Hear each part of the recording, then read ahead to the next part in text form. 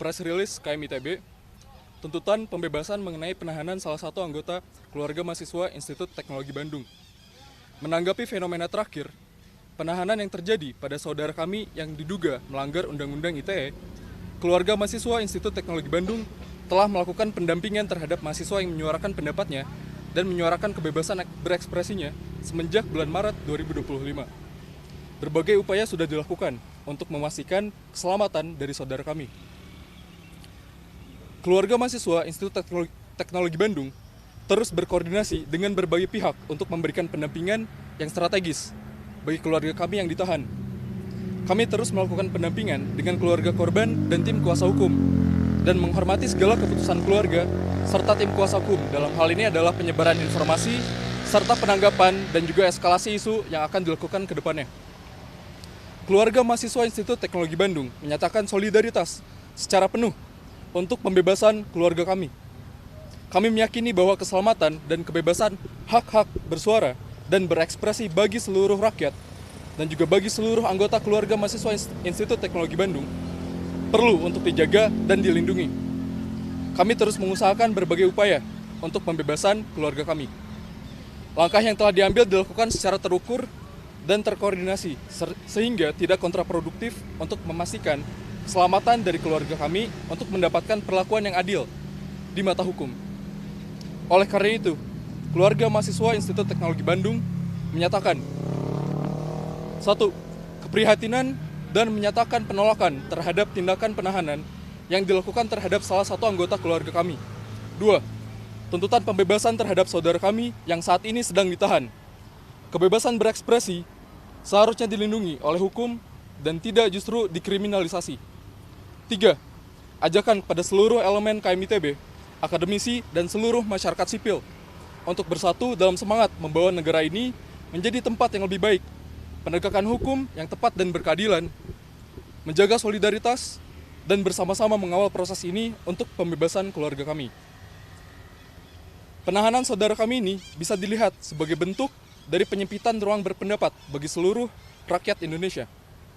Hal yang dilakukan keluarga kami lebih baik dilihat sebagai upaya kritis untuk mengedukasi bahaya penyalahgunaan artificial intelligence yang berdampak negatif. Kami sangat menyayangkan hal tersebut. Bahwasannya, membungkam satu suara kritis adalah ancaman bagi kebebasan bagi seluruh rakyat Indonesia.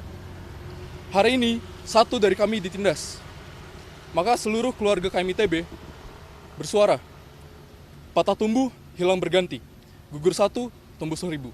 Untuk Tuhan, bangsa, dan alma mater.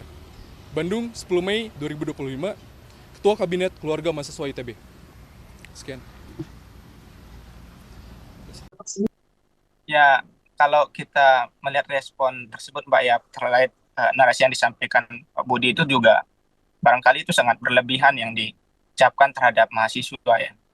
Yang kita pertegaskan, ya, namanya pejabat negara bukan hanya pejabat yang kekal terhadap hukum ataupun terhadap kritikan, ya.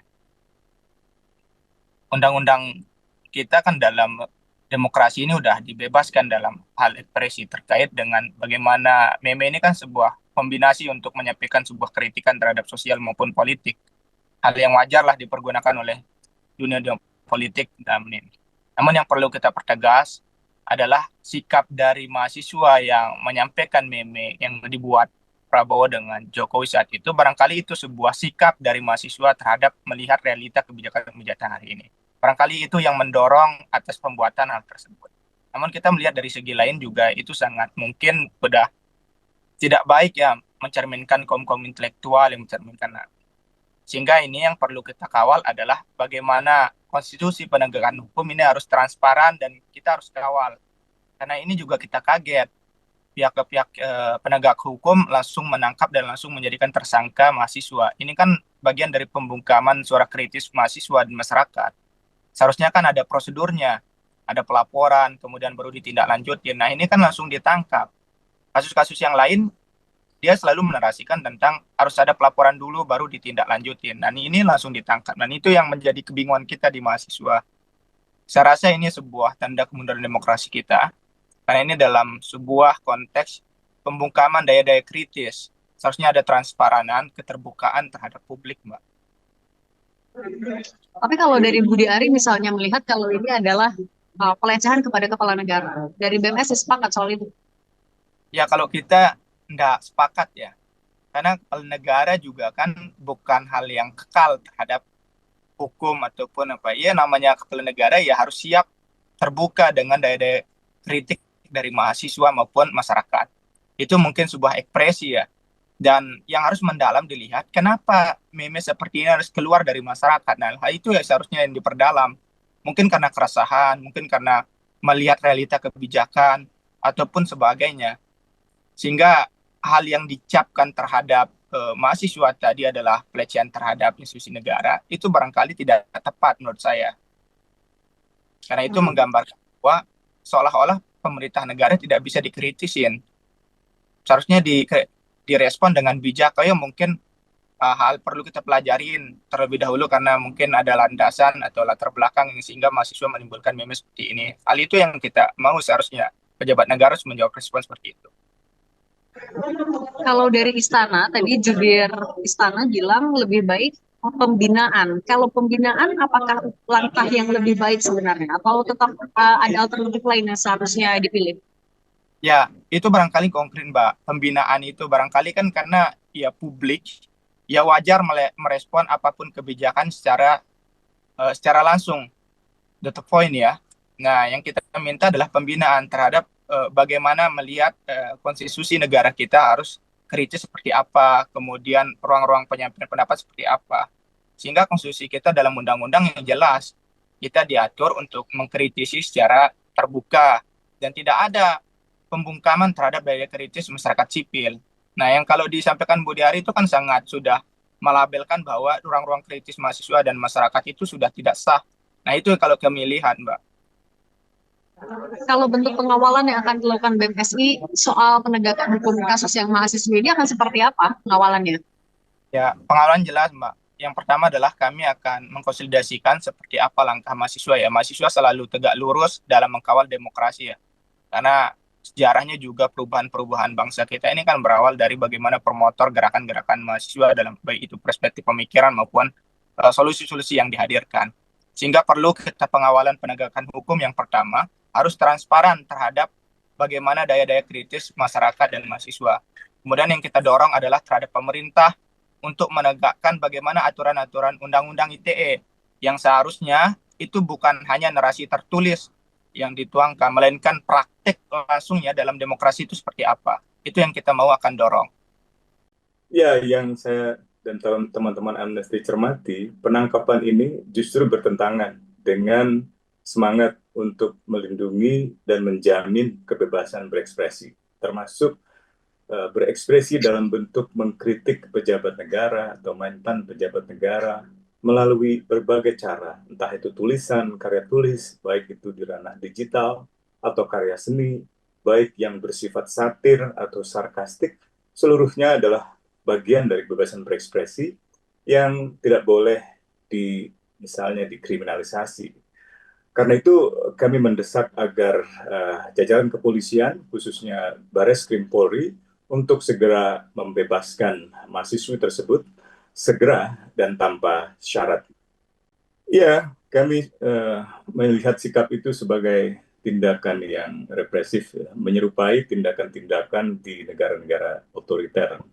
Pertama, tidak ada larangan berekspresi, termasuk dalam bentuk misalnya dua orang pejabat negara dan mantan pejabat negara berciuman.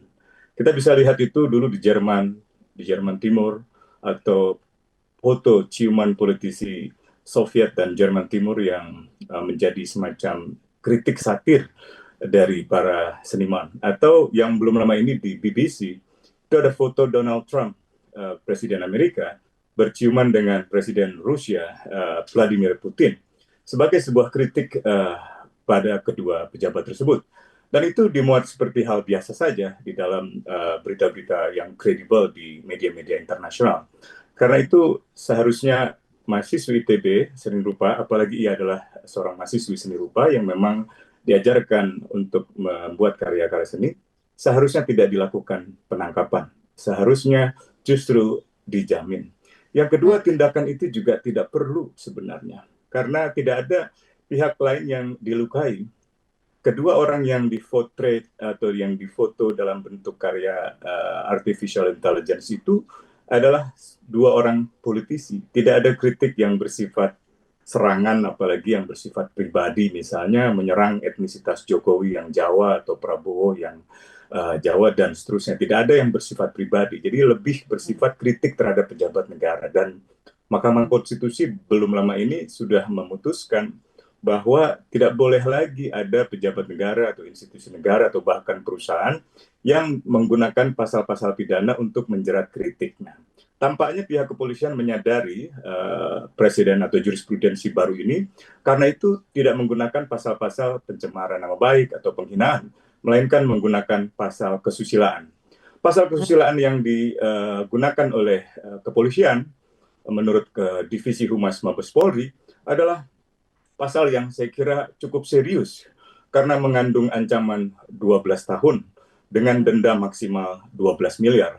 Artinya bukan saja polisi melanggar atau berbuat eksesif terhadap perbuatan yang bukan atau tidak dilarang oleh hukum, bukan saja tindakan itu tidak perlu, tapi tindakan itu juga tidak proporsional gitu, karena mengandung ancaman 12 tahun penjara dan ancaman perdata atau ganti rugi sebesar 12 miliar.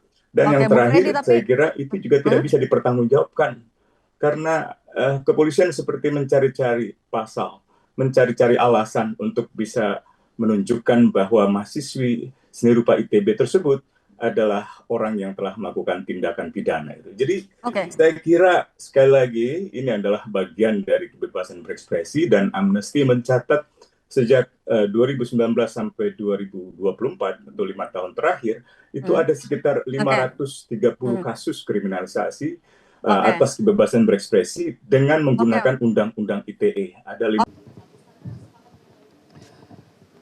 Kalau ada pasal-pasalnya kita serahkan ke polisi, tapi kalau dari pemerintah, itu kalau anak muda, ya mungkin ada semangat-semangat yang terlanjur, ya mungkin lebih baik dibina ya.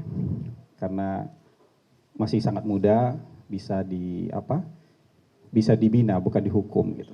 Jadi harapan kita, teman-teman yang mahasiswa, yang mungkin selama ini terlalu bersemangat misalnya memberikan kritikan, mengekspresikan kritikannya, mungkin nanti bisa diberi pemahaman dan pembinaan supaya jadi lebih baik lagi, tapi bukan dihukum gitu. Karena ya ini kan dalam konteks demokrasi mungkin ada yang memang terlalu bersemangat seperti itu. Ya kecuali ada soal hukumnya. Kalau soal hukumnya kita serahkan saja itu kepada penegak hukum. Tapi kalau karena pendapat, karena ekspresi, itu sebaiknya diberi pemahaman dan pembinaan saja, bukan dihukum gitu.